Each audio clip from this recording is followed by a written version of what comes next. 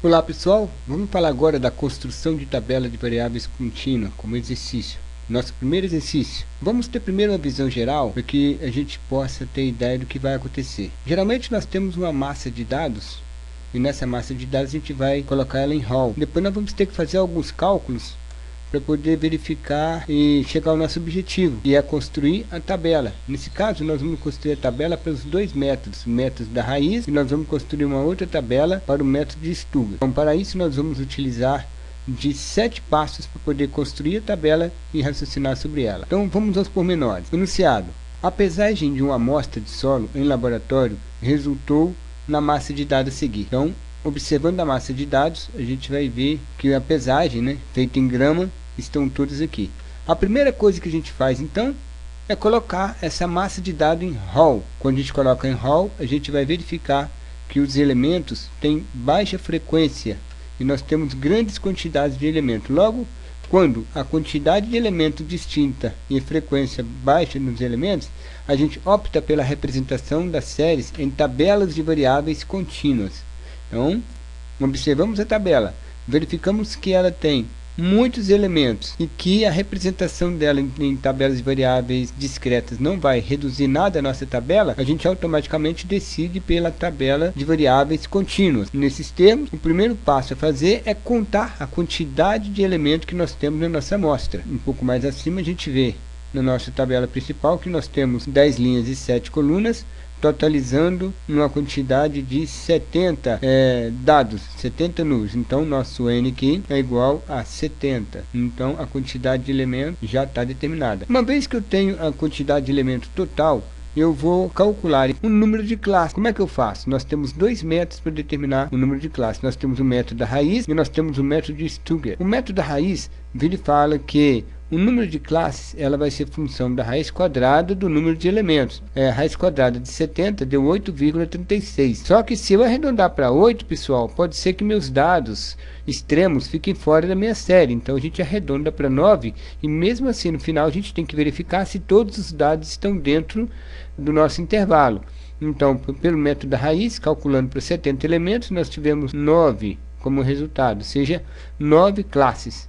Ou seja, 9 linhas para aquela tabela. Já pelo método de Stuger, onde o nosso número de classe vai ser função do log do número de elementos, fazendo o cálculo, 1 mais 3.3 log de 70 é igual a 7,08. Nesses termos, mais uma vez, a gente arredonda para 8, porque depois a gente tem que verificar se todos os elementos estão dentro dos intervalos pré-estabelecidos, senão a gente vai ter que mudar isso aqui, vai ter que aumentar o número de classes para poder fazer com que todos os dados da nossa série caibam dentro da nossa tabela. Uma vez que eu sei que meu número de classes é 8 e 9, a gente vai calcular a amplitude da classe. Lembrando que a amplitude da classe vai ser o tamanho da classe que eu vou ter no intervalo. Por exemplo, o nosso Hzinho vai ser o limite inferior menos o limite superior. Mas só que ele também pode ser retirado em função da amplitude total da amostra e o número de classes que a gente definiu. Nós definimos aqui pelo método de Stuger que a classe é 9. Então, 78 dividido por 9, de onde saiu 78? A amplitude total saiu lá da nossa massa de dados. Vamos verificar aqui como é que ele surgiu.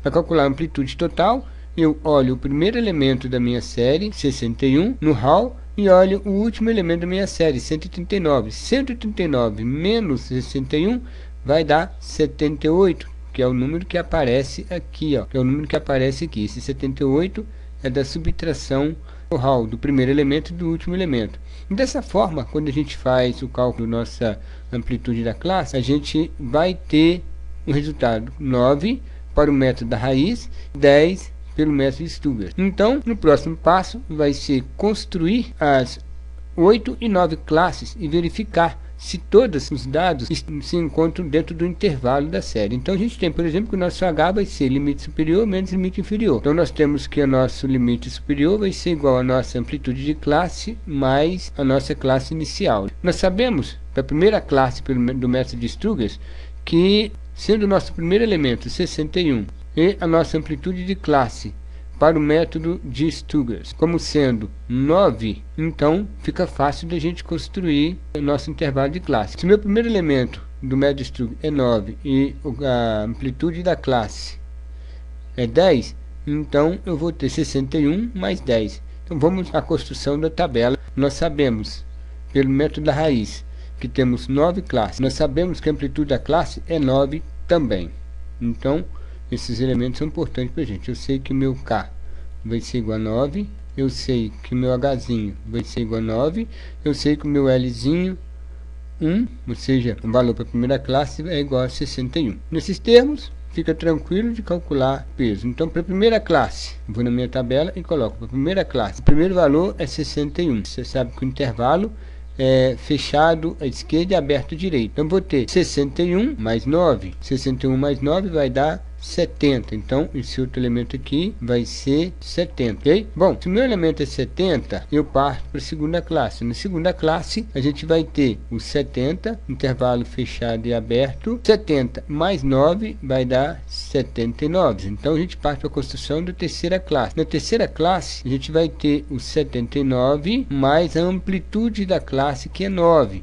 Então, 79 mais 9 vai dar 88. Então, 88, que não está nessa classe, na terceira classe, ele vai pertencer à quarta classe. Então, 88 vai estar na quarta classe. Nós temos intervalo fechado e aberto. 88 mais 9 vai ser 97. 97. Partimos para a quinta classe. Então, 97 fechado aberto. 97 mais 9 vai dar 107. 106.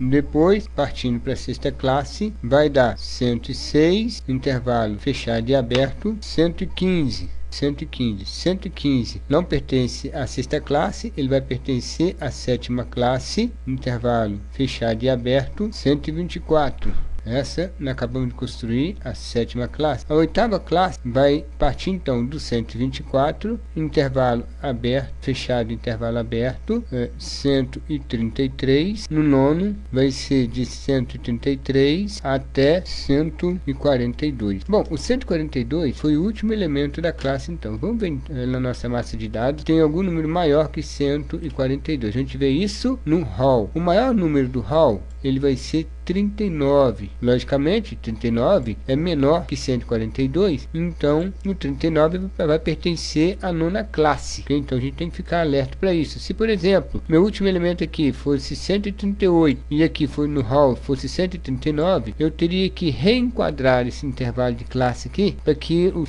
último elemento entrasse na última classe. Mas aqui deu tudo certinho. Então nós temos 133 e 142, deu tudo certo. Então, para a tabela da raiz. Agora a gente vai montar para a tabela de variáveis contínuas segundo o método de Stubers. Bom, o que é que vai acontecer então? A gente vai pegar os nossos dados. Para a tabela de Stubers, o nosso K vai ser 8. Então, K vai ser igual a 8 e o nosso H igual a 10.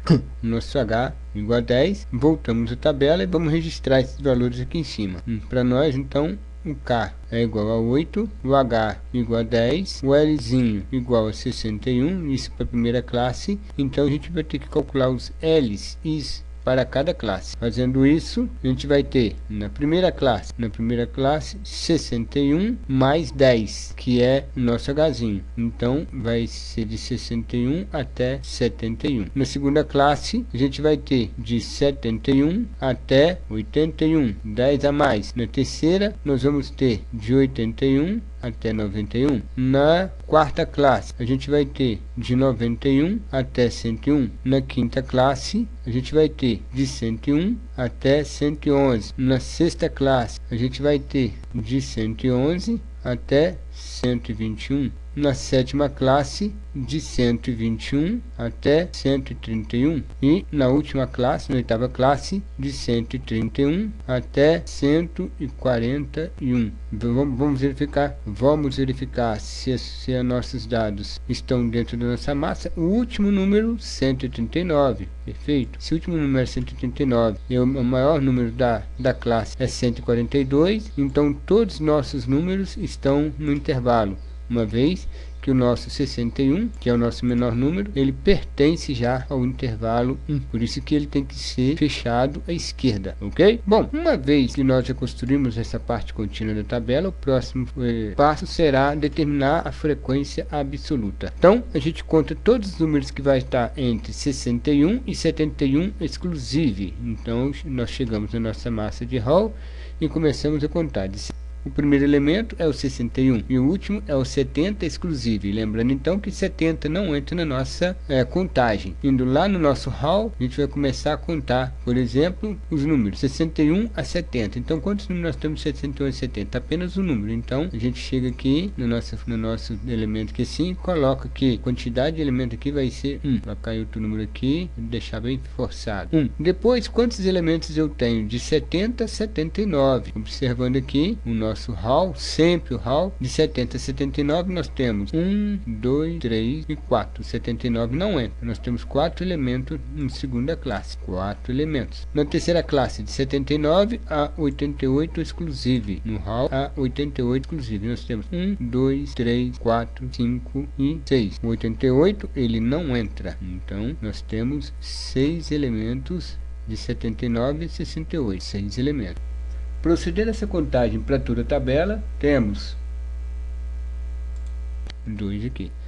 Observamos então que a nossa tabela vai ter os seguintes elementos na frequência absoluta: 1, 4, 6, 8, 9, 15, 15, 10 e 2. Somando todos esses elementos, a gente vai ter então 70 elementos. A gente chega aqui no total e registra 70 elementos. Beleza? Agora, pessoal, o que nós vamos ter que fazer é calcular o restante. Eu sei que o meu total é 70. Verifiquei, somei aqui assim. Se não tivesse fechado com 70, eu tinha que fazer a recontagem para poder verificar onde ficou minha falha. E agora a gente vai calcular a frequência acumulada. Como é que a gente calcula a frequência acumulada? Vai ser o seguinte: o primeiro elemento não tem acúmulo nenhum, então eu represento ele aqui. 1. Para o meu segundo elemento, eu vou ter 4 mais 1. Para o meu terceiro elemento, eu vou ter 6 mais 4 mais 1. Na minha quarta classe, eu vou ter 8 mais 6 mais 4 mais 1.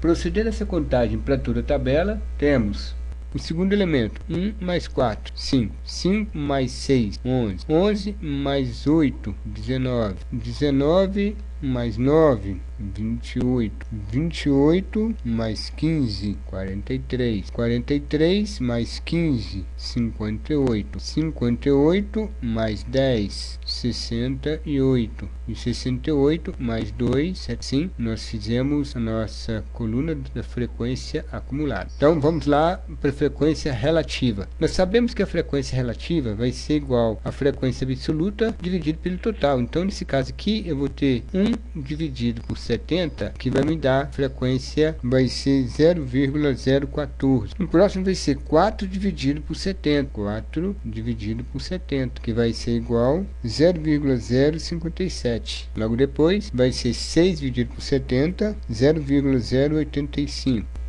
Procedendo essa contagem para toda a tabela, temos, quando a gente somar esses valores aqui, é esperado que ele dê 1. Então vamos lá: 0,014 mais 0,057 mais 0. Na minha calculadora deu 1,005, mas isso por causa dos arredondamentos que eu fiz aqui. Então está tudo dentro do esperado. Então, somando tudo isso aqui, dá 1,005, aproximadamente igual a 1. Aqui está então nossa frequência relativa em porcentagem. Como é que é obtida essa frequência relativa em porcentagem? Simplesmente multiplicando a frequência relativa por 100. Então, nesse caso aqui, nós vamos ter o valor de 1,4, 1,4 e 5,7, 8,5%. Tudo está multiplicando por 100, viu, pessoal? 12, 13, 21,4, 21,4, só está multiplicando por 100, 14,3 e 0,28. A única coisa que eu fiz foi pegar isso aqui e multiplicar por 100. Lógico, quando a gente pega e soma cada um deles, tem que fechar com 100%. Ou seja, 1,4 mais 5,7 mais 8,5 mais 12 mais 13 e assim vai até chegar no 0,28. Tem que fechar com 100. Vamos ver quanto vai dar. Fazer a frequência relativa acumulada. Como? Eu repito aqui o primeiro elemento: 1,4 mais 5,7. 1,4 mais 5,7, 7,1. Então, aqui na segunda classe, 7,1. Na terceira classe, 15,6, 27,6 na próxima, primeira, segunda, terceira e quarta classe, 40,6, primeira, segunda, terceira, quarta e quinta classe, vamos para a sexta classe, 62, e a próxima classe vai ser 83,4, 97,7, na oitava classe, então mais 2,8, a última classe ficou com 100,05%. Assim, nós temos a nossa tabela. Mantém aqui as linhas organizadas direitinho aqui para não poder dar confusão, mas dessa mesma forma a gente constrói a nossa tabela pelo método de Stubbs. Eis aqui. O procedimento é o mesmo. Eu vou pedir você para que faça isso aqui para nível de treinamento e me mostre depois a gente discutir os acontecimentos.